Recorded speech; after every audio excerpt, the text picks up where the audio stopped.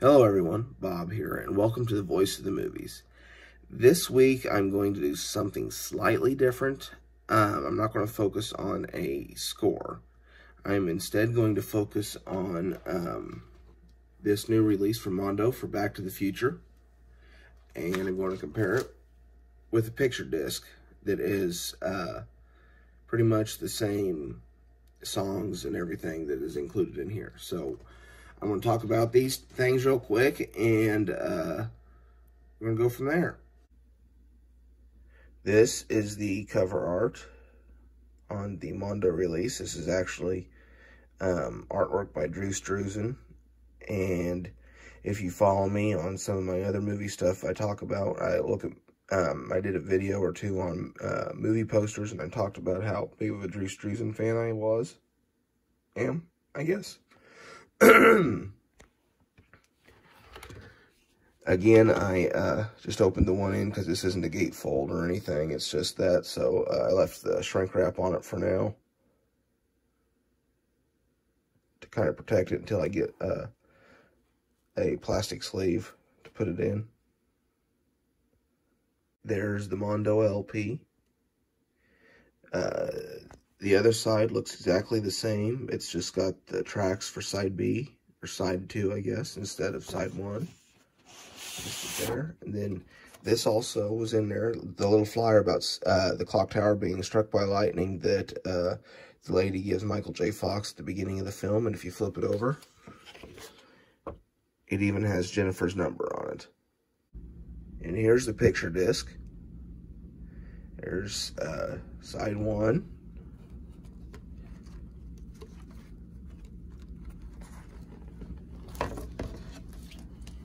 Side 2. Sorry, it's a little hard to grab a hold of one-handed. And then it's just, of course, it's not in a much of a protective case. It's just in this little baggy thingy here, and it lists the tracks there. As I mentioned, the track listing, it is exactly the same album that Mondo released. So in the end, the two releases are, in terms of content, it's the same.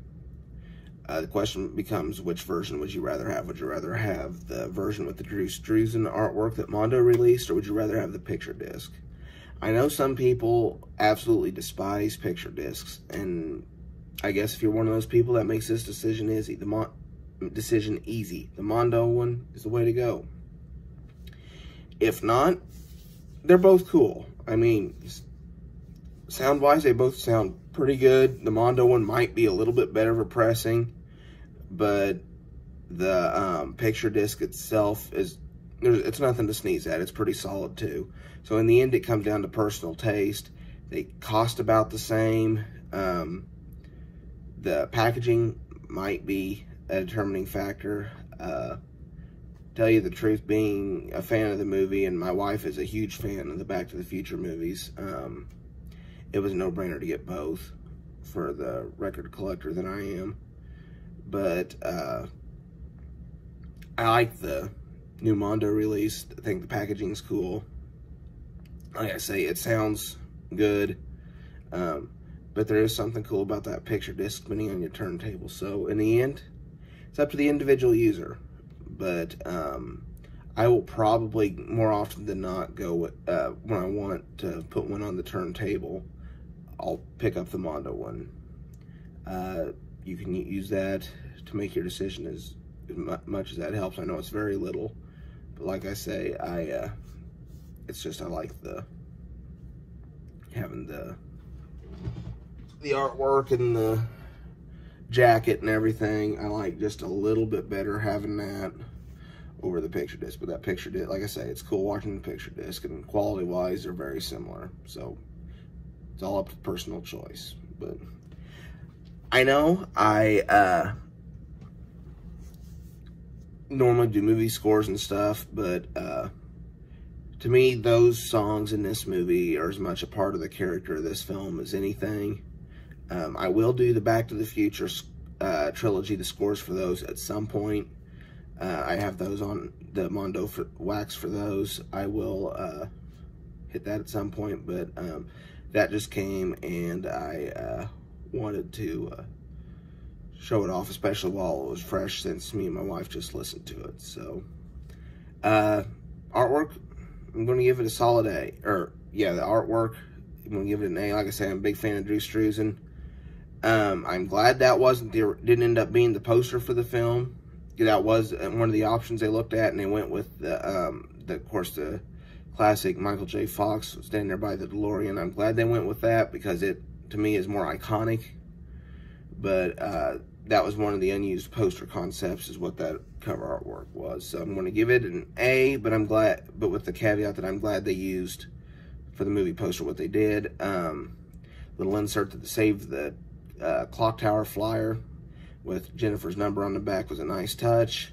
The plutonium core, I think, no, that's Mission Impossible. I'm sorry, I'm mixing my variants together, but the 3-colored vinyl was cool looking.